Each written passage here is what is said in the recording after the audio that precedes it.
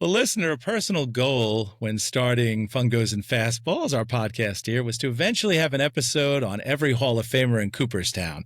And yet, even early on, we find ourselves gravitating to episodes of tremendous figures in baseball like Vida Blue and Marvelous Marv Throneberry, who I couldn't imagine the sport of baseball without. But wouldn't it be great if there was an institution, a sort of alternate Hall of Fame, where individuals would be selected not just on war and whip, but on fan support and impact to the game's lore. With that in mind, I am delighted to welcome today's guest, Joe Price. He is Professor Emeritus of the Department of Religious Studies and co-director for the Institute of Baseball Studies at Whittier College. And that's the home of today's topic, the Baseball Reliquary. Joe, thank you so much for coming on. I'm very excited to have you today. It's a delight to join you. Joe, I know you've done a lot of interviews. I've listened to some of your appearances on podcasts like Hallowed Ground, Midnight Library of Baseball in past years. I hope you don't get bored with some similar questions, but man, people really need to hear these stories there. I want to start with the juxtaposition there in your intro, the Department of Religious Studies and Baseball Studies. And I find that a fascinating combination, not to take time away from the reliquary, but I want to tell how that connects with you, or what's the Venn diagram intersect there? Well, I'm the son of a minister and the grandson of a minister.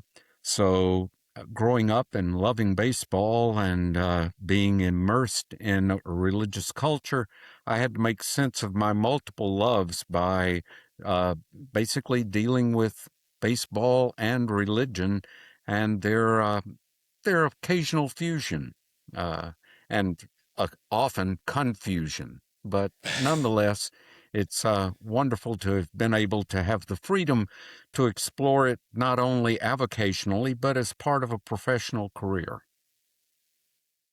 It does, and there is a lot of crossover. I certainly know a lot of LSU fans down here in Louisiana who miss church to go to games. So I guess that's their religion. And I saw you wrote a book among your writings, "Rounding the Bases: Baseball and Religion in America."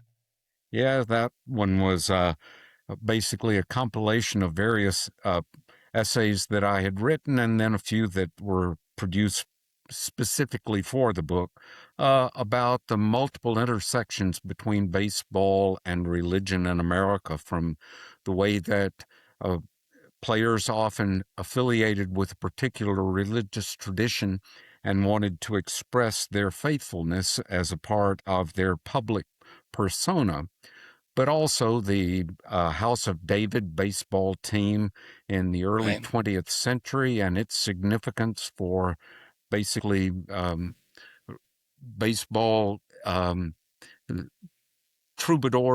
baseball troubadours, and its intersection with the Negro League teams. And then an analysis of how baseball might function as a faith for many people who find that it makes more sense out of their lives than other seasons and rituals. Interesting. Thank you. I was thinking, Joe, we could start a new tradition here at Fungos and Fastballs to start each episode with the national anthem singing, and thought maybe you might be the man. She's done a little research on you herself, Joe. Yeah, well, it's probably not the best. You can find probably the best rendition that's well recorded is the one at the San Bernardino the seventh San Bernardino 66ers, Route 66. The last of my performances on the national anthem tour that I did in 2011, when I sang the national anthem at more than 100 minor league ballparks in a single season. A single season, wow. That was probably the one. I think there are probably a couple of major league ballpark ones that are also available, but the acoustics are not good here for me to probably offer one off the cuff. It would be in the key of C sharp probably that I would sing. So We'll I let thought that rest. I had to bring it up. Yeah, one day when our podcast gets monetized, we'll get better equipment, audio equipment, and we'll have you back on to sing. Hey, that sounds good. There's a great website which all it is a country, and you sing the national anthem as the website goes through each of the stadiums on the map, almost like those old movies that show the plane flying from different areas. I enjoyed that website. I like that. My nephew and his two daughters put up a map and put pins in the map each day when I was singing so that he could teach them basically American geography. And it was quite a project and quite fun to have seen that map of my progress. 28,712 miles. That's incredible. Now, before we get to our main topic, I do have to ask. I heard that Bill Veck's son, Mike Veck, was one of the earliest people to ask you to perform. Was it then at Comiskey, right? That's right. In 1977. So you did singing not do Disco Demolition Night. You were not the No, singer. I did not. That was a little early. We had an episode on that. So. And we have one of the records that was destroyed at the Disco Demolition as one of the artifacts in the Reliquary's holdings. But I was singing in Chicago at that point. Bill Veck had provided an ambidextrous pitcher with a major league tryout as basically to fulfill this weird dream of an ambidextrous pitcher. And so I wrote to Bill Veck and said, fulfill my dream. I want to sing the national anthem for a major league game. Got a call from Mike Veck, and I said, so when do you want me to audition? He said, you're fool enough to ask. We're fool enough to let you do it. That was, of course, before Roseanne Barr's fiasco at San Diego. But I was able to sing for Fan Appreciation Day at the end of the 1977 season. And that got me started on an unusual hobby of singing at major league parks, county parks, minor league parks, and thus far I think it's 21 major league stadiums and 110 minor league ballparks. Oh man, that is fantastic! Congratulations. You got just a few to go to seal the deal, though. Yeah, most of these Northeast I've failed to score. Plus, you'll complete it, and then they'll open the Vegas Stadium, and you'll have another one on the list. Hello, and welcome to Fungos and Fastballs, the podcast of baseball history and trivia. I'm your host, Jerry Dines. Let's jump into today's episode. Well, you had mentioned the record destroyed at Disco Demolition Night, and that is a perfect segue into talking about the Baseball Reliquary. And unless you're a Scrabble player, and with the Q, that's a nice word there. You might need two on the board, I think. But the word reliquary doesn't come up much. I'm sure listeners would love you to tell us what it is from a baseball perspective. Well, I do want to say I think it's probably in spelling bees and takes a bunch of people down there too. Yeah. Yes, it certainly would. Can I have a word origin, please? Right. It's really quite simple. A relic is, of course, something from the past, usually with great meaning. It's often associated with religious significance. They're splinters of the cross for Christians. There are a number of artifacts from various religious traditions that are identified as having been in touch with someone who was a saint or a religious, a person of religious significance. And so that is called a relic. And so where are the relics kept? In the relic house, which is a reliquary.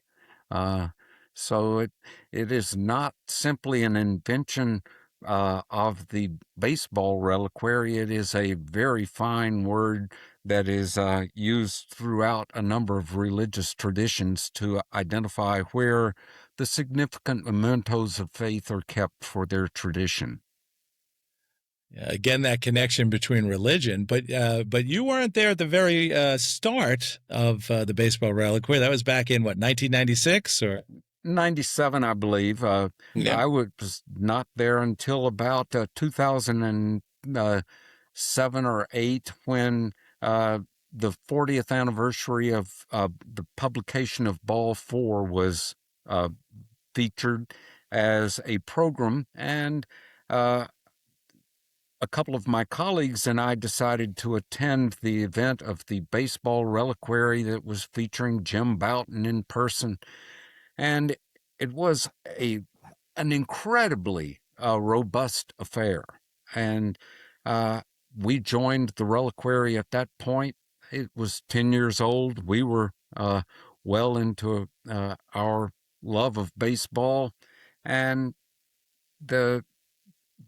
we thought that, we'd attend the annual event of the Shrine of the Eternals induction ceremony.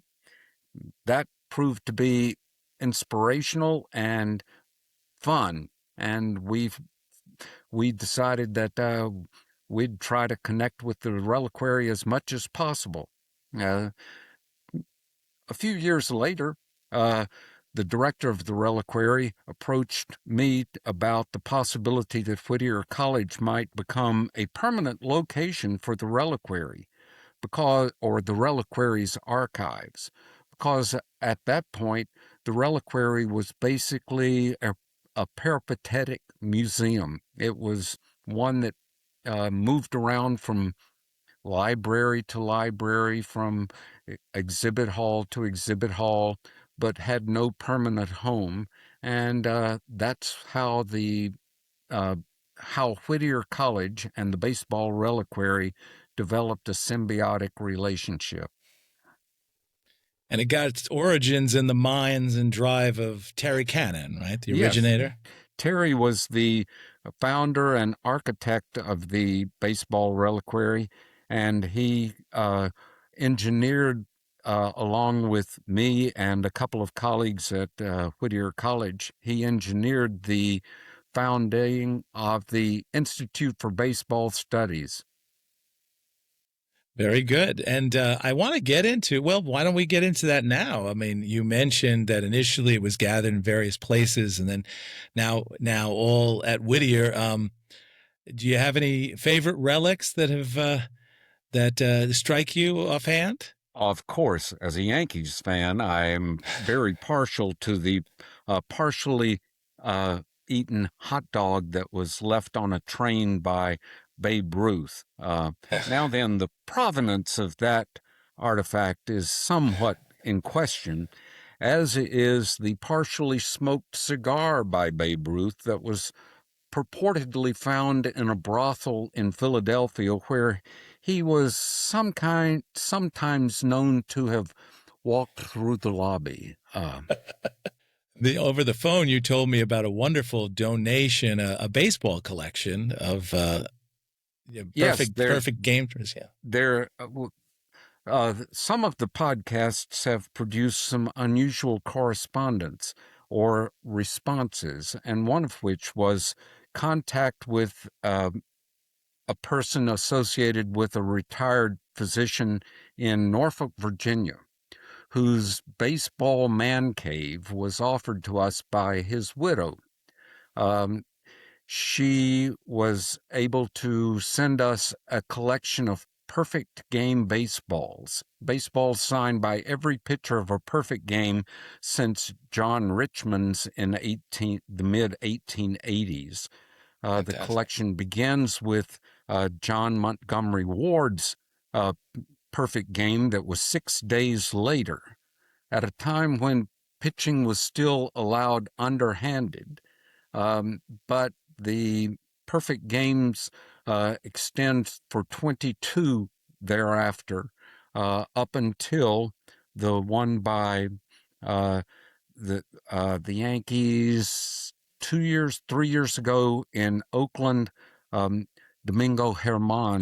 We do not have Domingo Germán's, but we have baseball signed, of course, by Don Larson and Sandy Koufax, as in our generation, probably the two most famous, but also one signed by Cy Young. Fantastic. That really is. This must be kept under lock and key at night. The guard walking back and forth. Those are pretty valuable, I guess. We've been told that it's quite valuable. It is located, or it is housed. It is not on permanent display. It is brought out on rare occasions, but it is on display at various points, and it is in the archives of there at Whittier College. And among that is not just relics from game, but devoted fans and art pieces. And I think I saw. We have one of my favorites is one that emerged from a response to a newspaper article. A physician, orthopedic surgeon in Tacoma, Washington, contacted us about whether we would like to have his copy of the Frank Jobe textbook on how to do orthopedic surgery that has illustrations of how to perform the surgeries, including that of Tommy John. Well, on one occasion when Tommy John was the visiting pitching coach for the team playing the Tacoma Rainiers, the surgeon took his textbook to Tommy John, had him sign the page that shows how to do the Tommy John surgery, and then he offered us the signed copy of the book, which inspired one of our artists to do a large portrait of the Tommy John baseball card from the White Sox year during which he suffered the injury that required the Tommy John surgery. So one thing leads to another, and that's really the kind of grassroots growth that is so celebrated by the Baseball Reliquary and now is embraced by the Institute for Baseball Studies. And you mentioned Tommy John, Dr. Frank Jobe, and both of them are members of the Shrine of Eternals. Tommy John not in Cooperstown, but is in the Baseball Reliquary's Hall of Fame. Again, it's called the Shrine of the Eternals. And tell us a little about that. And it's different from the Hall of Fame, where baseball writers elect and need a 3/4 majority to be able to be elected to the Hall of Fame. Each year, there's a list of candidates circulated among the members of the Baseball Reliquary, and from the voting that takes place for the candidates, the three who receive the highest votes, the greatest number of votes, are then elected into the Shrine of the Eternals, and they are inducted in a ceremony that is held annually to recognize them, as well as a significant fan and also a significant historian of baseball, how the lore is kept alive. So I think we have one of your first inductees here. Well, not your first, but I always love a Hall of Fame that has Charlie Brown. This is my St. Louis Cardinals Charlie Brown. And Charlie Brown, though not his favorite player, Joe Schlabotnik, is in the Shrine of the Eternals. That is one of my favorites. The Shrine of the Eternals does not require that someone have excelled in baseball at a professional level. Even that there are minor leaguers. Steve Dalkowski is one of the inductees. He was reputed to have thrown faster than Bob Feller or Ryan Duran, and those were days before the radars were perfected as they now are able to even identify the tenths of a mile per hour that a fastball might be thrown. But Dalkowski was the inspiration for the character in Bull Durham, Nuke Lelouch. He has had multiple effects on baseball. There are others who have not played. There are some who, let's see, Isla Borders played a few games as a minor league pitcher for the St. Paul Saints.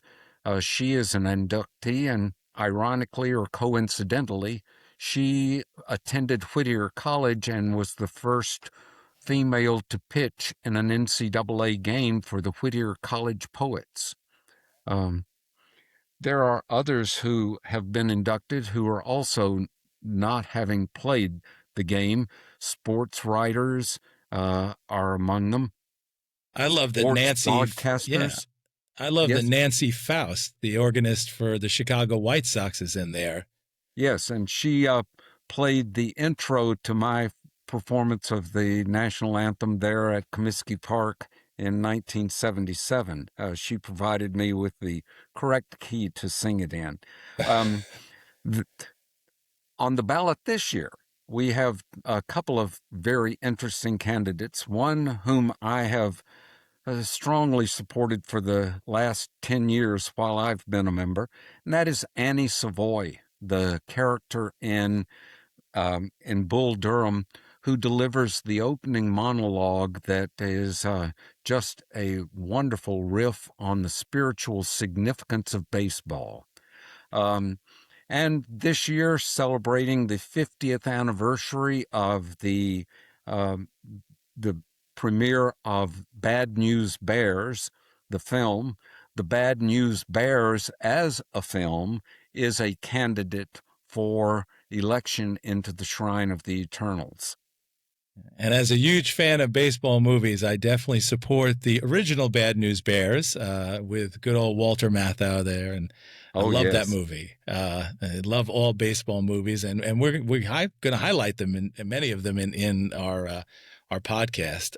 Now, Brooke had a question, because we're mentioning all these non-players or quirky players, that are not in the Hall of Fame.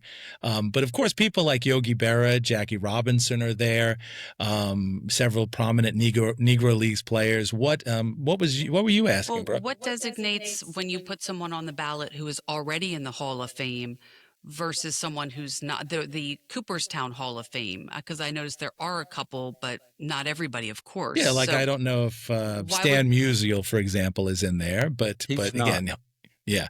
So what differentiates that in the Hall of the Shrine of Eternals voters' minds? We should probably put Musial on the ballot because he was able to play the harmonica so well. That would put him in. The reason that the Hall of Famers are on the ballot is for their cultural significance for baseball. For Yogi Berra, it was for his incredible wit, unintentional wit, according to some. But for obviously for Jackie Robinson and for some of the Negro Leaguers, it was for their contributions to breaking down barriers or for performing in oppressive conditions. There are others who have not been elected, who are major leaguers. Leo Durocher remains on the ballot, in part because of his feistiness and his willingness to promote the idea that nice guys finish last. You need to have an edge to be able to win.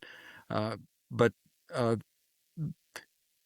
real reason that the Hall of Famers get on the ballot is that they have made some significant contribution to American culture, or their story is unusual in ways in terms of overcoming adversity.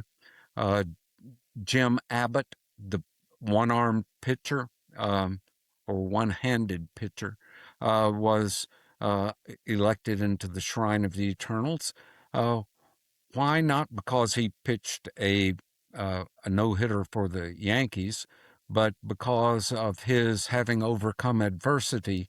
And although he is not a Hall of Famer, it really takes that kind of distinct story behind the performance that qualifies one to get on the ballot and then to be a fan favorite enough to be elected. Yeah, like William Hoy, the accomplished deaf Major League Baseball player.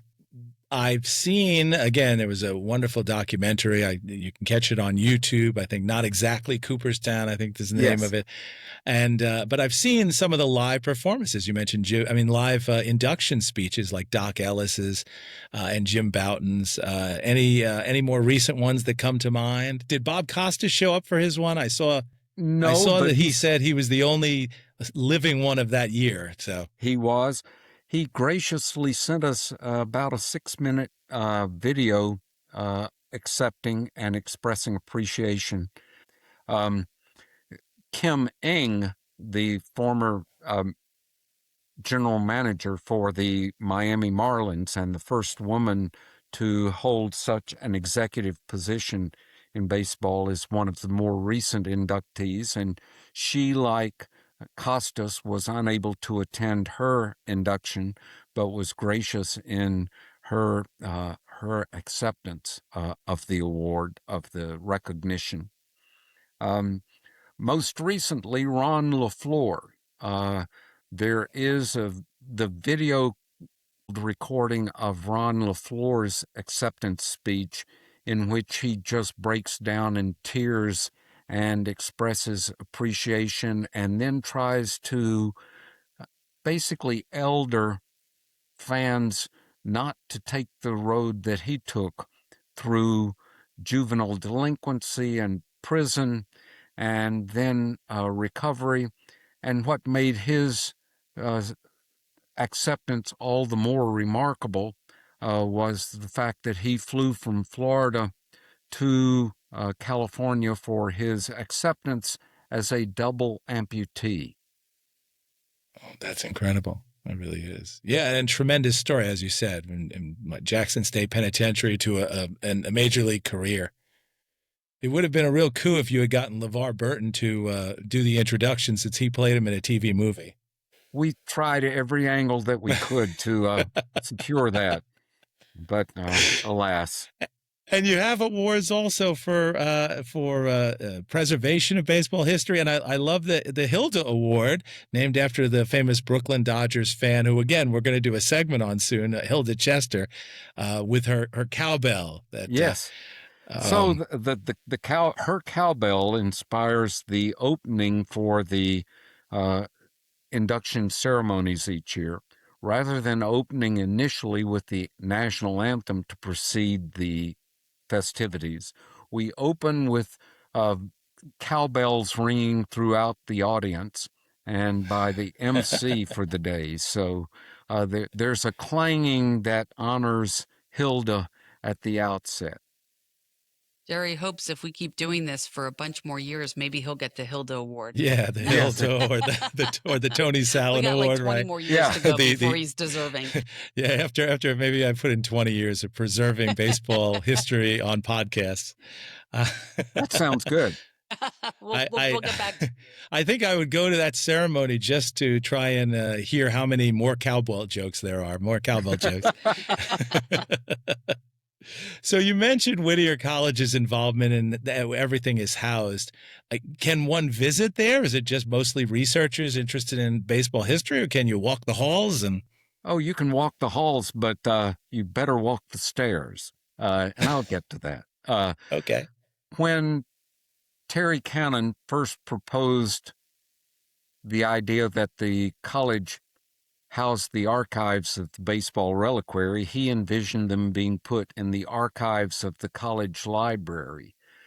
At that point, the then college librarian was not interested in acquiring any more bound materials or artifacts for storage. But the idea of the Baseball Reliquaries wanting a home had gut-level appeal to me, Charles Adams, and Mike McBride, my two colleagues on the faculty at Whittier College.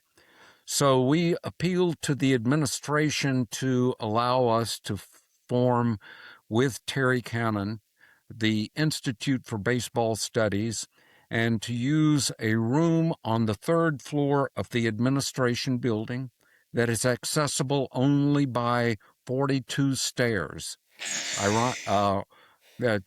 Coincidentally, Jackie Robinson's number. That just worked out that way, or did you have to put in a couple extra stairs to match it? It was divinely It sounds divinely inspired, I think.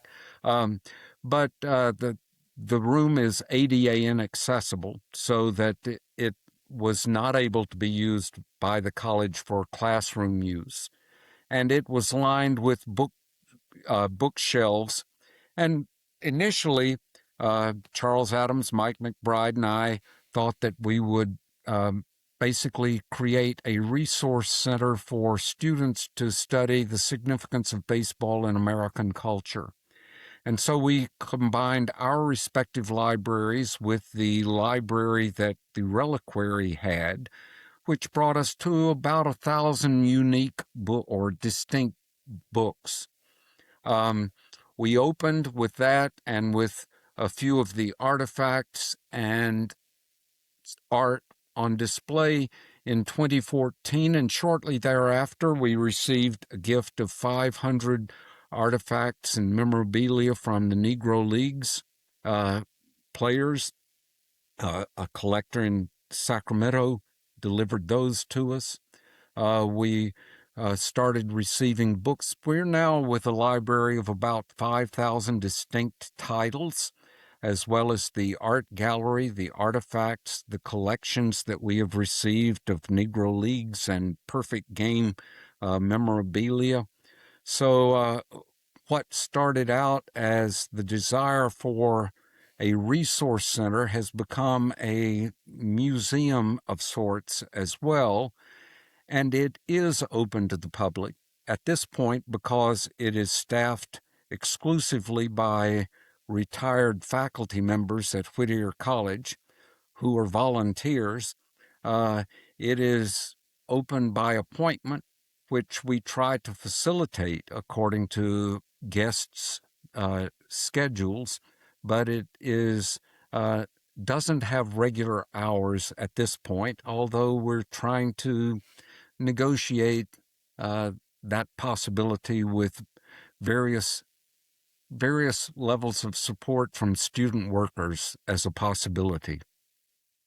Brooke, I really don't want to hear you complain about my book collection and baseball knickknacks anymore. That's yeah, dwarfed by that. I see there. She's concerned when I retire and we downsize, where are we going to put all this stuff? Well, that's where mine went. That's where it's yours. Now, you, of course, mentioned the ballot, and the ballot's going out to the voting fans there, voting members. How many members are there around? There are, historically, there have been between 300 and 500 members. After COVID, there was some shrinkage, but typically there will be about 300 ballots sent out to the members. And if your audience hears this before June 1st and wants to receive a ballot, they can do so by joining, and I will expedite getting them a ballot so that they can return it and have the fun of voting for any of the, I believe this year, 42 or 43 candidates that will appear on the ballot. Yeah, and it's only a single membership is only $25. I think a family membership $50. You get a free T-shirt, and guess who's got 2 thumbs and is a voting member? This guy.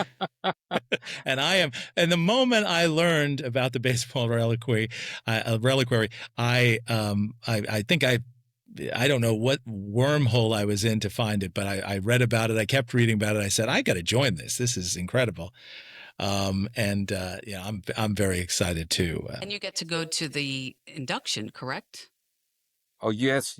And the induction is open to the public even without membership. So it provides a fun means of outreach for Whittier College and for the Reliquary to engage fans and those who are wannabe fans. Well, again, I don't know about this year, but I hope to come out to the induction ceremony. And now Brooke probably, I think we've convinced her. I think Yes, you we've have. convinced her that this is worth vacationing.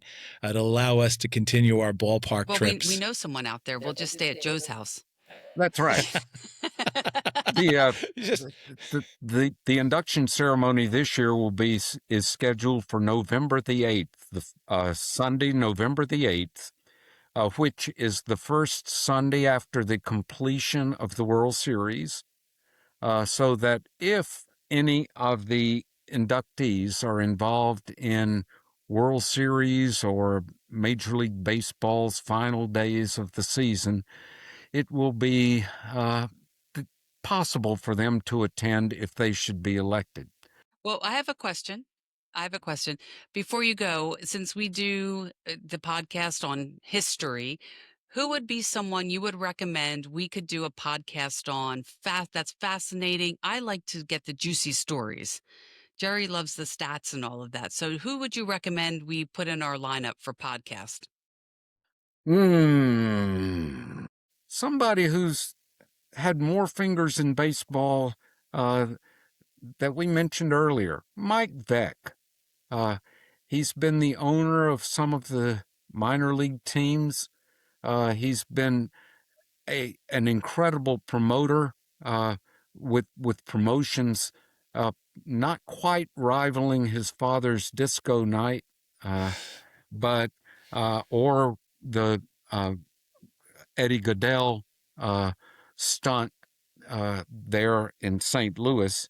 But Mike Veeck has a history of involvement in baseball that is incredible. And I owe him a lot since he gave me my first swing at the anthem. We could do an all Veeck episode there. Yeah. Right, the Veeck family. Bill of the Veeck family, the Veeck dynasty. Veeck is in wreck. Yeah.